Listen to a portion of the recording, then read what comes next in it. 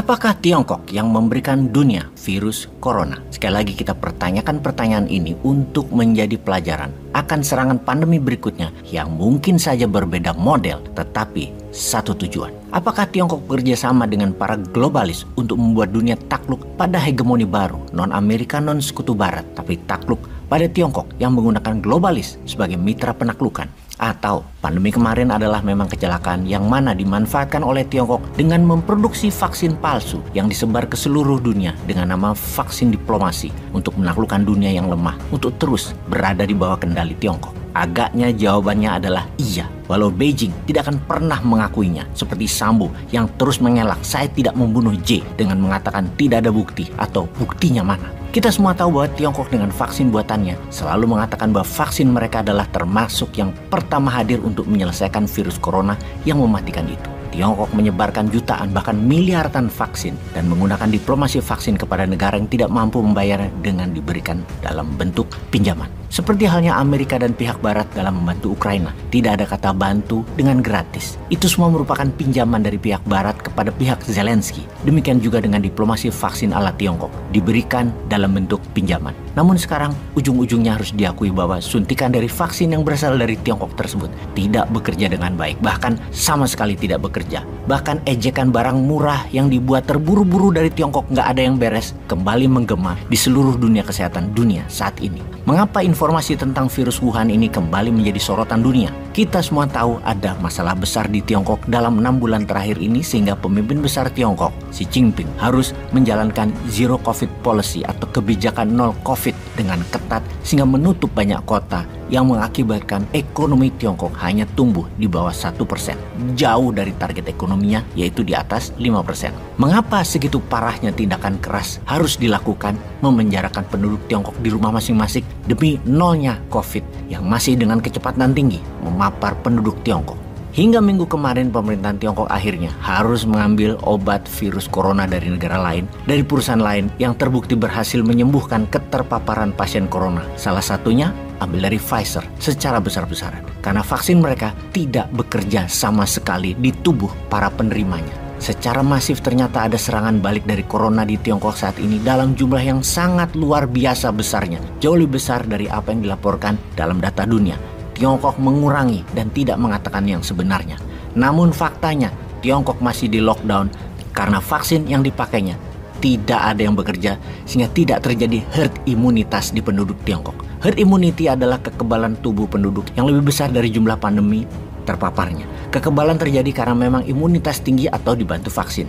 Vaksin yang bekerja tentunya. Di sisi politis, Xi Jinping sudah merasa tidak kuat lagi untuk memaksa penduduk berada di rumah, di penjara di rumah.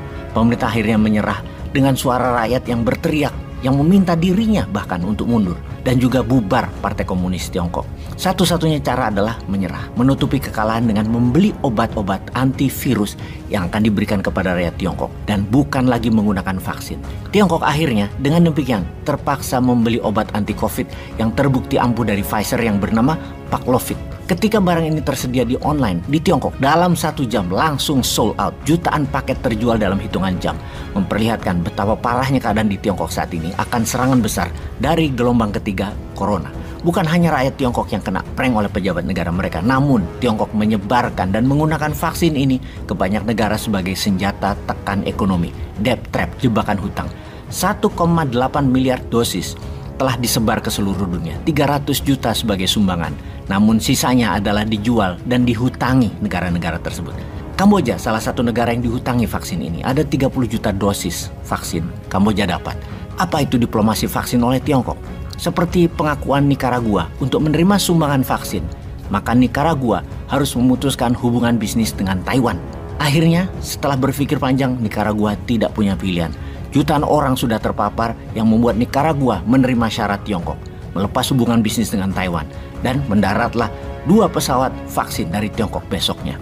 Tawaran yang sama diberikan ke Paraguay, namun Paraguay tidak menerima tawaran gratis dari Tiongkok, memilih membeli dari Pfizer walaupun dengan harga mahal. Namun terbukti di kemudian hari, Paraguay berhasil menangani virus corona sementara Nicaragua tidak berbeda, sama dengan tidak memberi vaksin, yang akhirnya dapat barang lain lagi bukan dari barang Tiongkok, baru bisa mengatasi masalah di Nicaragua. Hal ini diketahui baru-baru ini.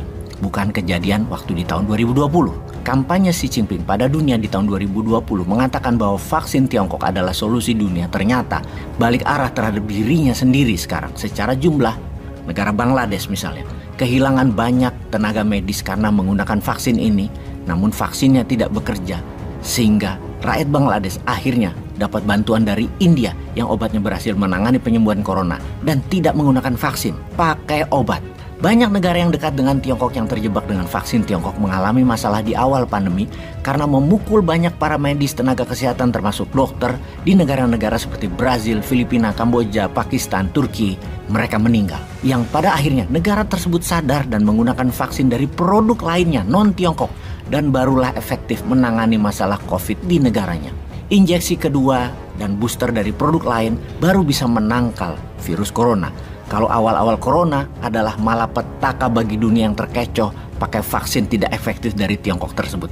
Harusnya sekali lagi Tiongkok ini bertanggung jawab. Tiongkok memang menghasilkan billion dollar atau keuntungan dari pandemi ini, namun ternyata sekarang memakan karmanya sendiri mereka itu. Kalau kita melihat dari kacamata HAM, hak asasi manusia, apa yang dilakukan Tiongkok adalah extraordinary crime atau kriminal berat yang harus bertanggung jawab atas meninggalnya jutaan manusia di dunia ini di awal pandemi karena percaya omongan pemimpin besar Tiongkok tersebut. Banyak tenaga medis yang tetap terpapar setelah diinjeksi vaksin Tiongkok di tahun 2020 dan itu menjelaskan apa? Vaksin Tiongkok tidak bekerja dan mereka yang mempercayainya seharusnya bertanggung jawab atas percaya pada vaksin palsu yang tidak bekerja tersebut. Banyak negara yang segera memberikan vaksin lain lagi seperti AstraZeneca, Pfizer, barulah pandemi teratasi. Bahkan banyak negara yang tidak lagi memfokuskan pada vaksin tapi pada obat. Karena vaksin punya keterbatasan, obat ternyata lebih efektif diberikan kepada yang terpapar.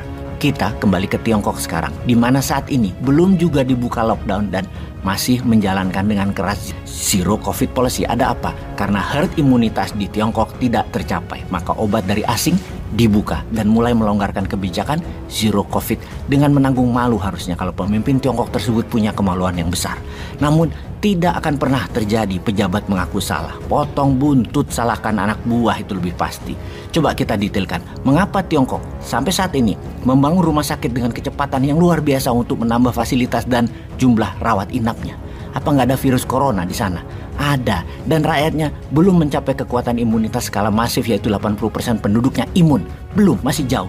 Itulah bencana ciptaan mereka sendiri yang mereka rasakan sekarang. Oke sahabat, bagaimana pendapat kalian akan informasi kali ini? Yuk kita share pendapat sahabat di kolom komentar di bawah ini.